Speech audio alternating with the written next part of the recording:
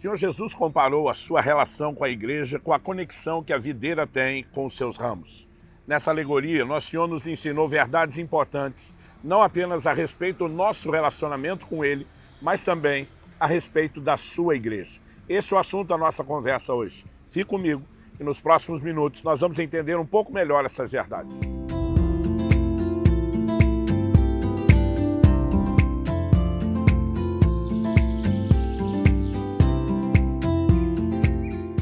Estou hoje em Marabá, no Pará, e tenho aqui ao fundo o Rio Tocantins. Estou passando para trazer mais uma palavra ao seu coração. E o texto bíblico que queremos usar como ponto de partida e trilho da nossa meditação hoje está no Evangelho de João, no capítulo 15. Eu vou ler a partir do versículo 1 até o 8, que diz: Eu sou a videira verdadeira e o meu pai é o lavrador. Todo ramo que estando em mim não der fruto, ele o corta. E todo o que dá fruto, ele limpa, para que produza mais fruto ainda. Vocês já estão limpos por causa da palavra que lhes tenho falado. Permaneçam em mim e eu permanecerei em vocês. Como o ramo não pode produzir fruto de si mesmo, se não permanecer na videira, assim vocês não podem dar fruto se não permanecerem em mim. Eu sou a videira, vocês são os ramos. Quem permanece em mim e eu nele, esse dá muito fruto, porque sem mim vocês não podem fazer nada. Se alguém não permanecer em mim, será lançado fora à semelhança do ramo e secará.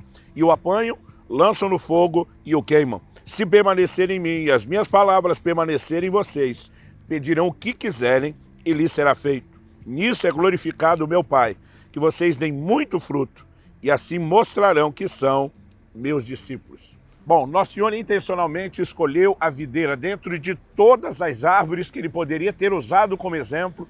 Ele escolhe justamente a videira, porque acredito que ela reflete com detalhes, características a respeito da igreja que outras árvores não comunicariam, não com a mesma propriedade. Por exemplo, a videira é uma das poucas árvores que depende de uma estrutura que vai além dos seus próprios galhos e dos seus ramos para garantir sua frutificação. Eu me lembro, quando garoto, de morar vizinho a uma casa que tinha uma parreira, ou como a gente chamava no interior de São Paulo, onde me criei, um pé de uva.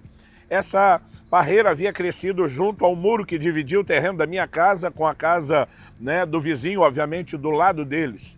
Provavelmente aquilo não foi plantado de forma intencional. Alguém deve ter chupado uma uva, cuspido a semente e ela acabou nascendo.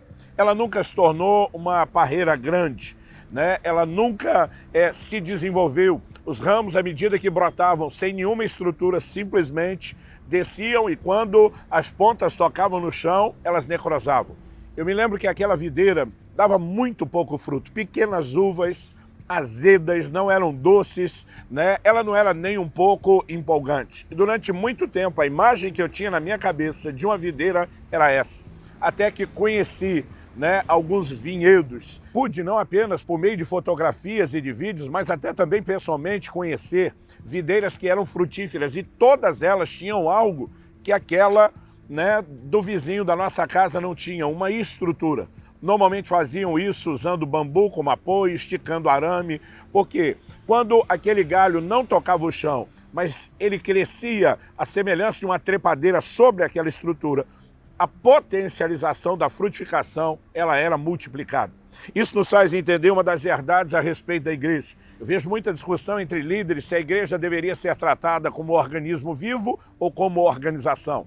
O fato é que nela nós vemos a combinação das duas coisas. Em essência, ela é um organismo vivo. A sua vida depende do fluir da seiva que vem do próprio Cristo e toca as nossas vidas. Mas se não houver um mínimo de organização, nós podemos sabotar e comprometer a vida e o potencial de frutificação que existe na videira. Isso nos ensina verdades importantes a respeito da igreja e porque a Bíblia nos ensina a nos organizarmos em relação ao funcionamento da vida da igreja. Mas uma segunda coisa a ser destacada, além de conseguirmos enxergar essas duas perspectivas, é que o Senhor Jesus, quando diz, eu sou a videira, vocês são os ramos, na verdade não são duas coisas distintas. Quando olhamos para os ramos, eles na verdade são a parte visível da videira. E quando falamos a respeito disso, podemos reconhecer outras verdades, que, por exemplo, Jesus é visto na igreja. A sua revelação, a forma como ele é comunicado, a forma como ele é vivido e, portanto, dessa forma testemunhado é através da igreja. Precisamos entender que a pregação do Evangelho não envolve apenas uma explicação por meio de palavras daquilo que Cristo fez, mas envolve, e o Novo Testamento é enfático nisso, um bom testemunho.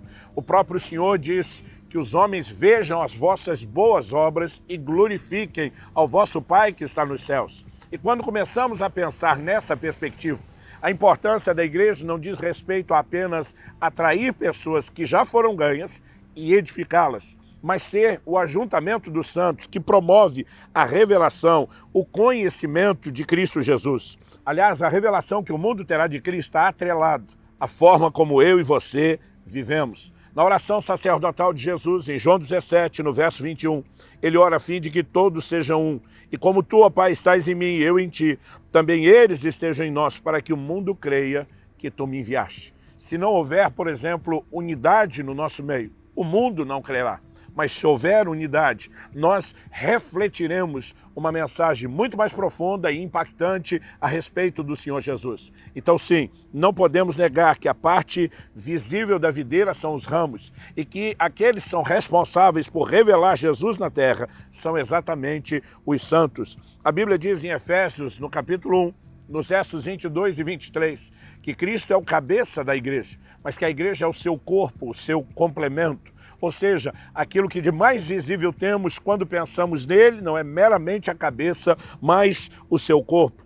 Em Efésios, no capítulo 3, no verso 21, também vemos a expressão a ele, falando de Deus, seja a glória na igreja e em Cristo Jesus. Deus recebe glória na igreja em Cristo. Primeiro porque a igreja é o seu complemento. Ela não pode, simplesmente ser vista separada de Cristo. Ela é a extensão, ela é a responsável por manifestar não apenas o nome, a mensagem, mas a vida de Jesus nessa terra.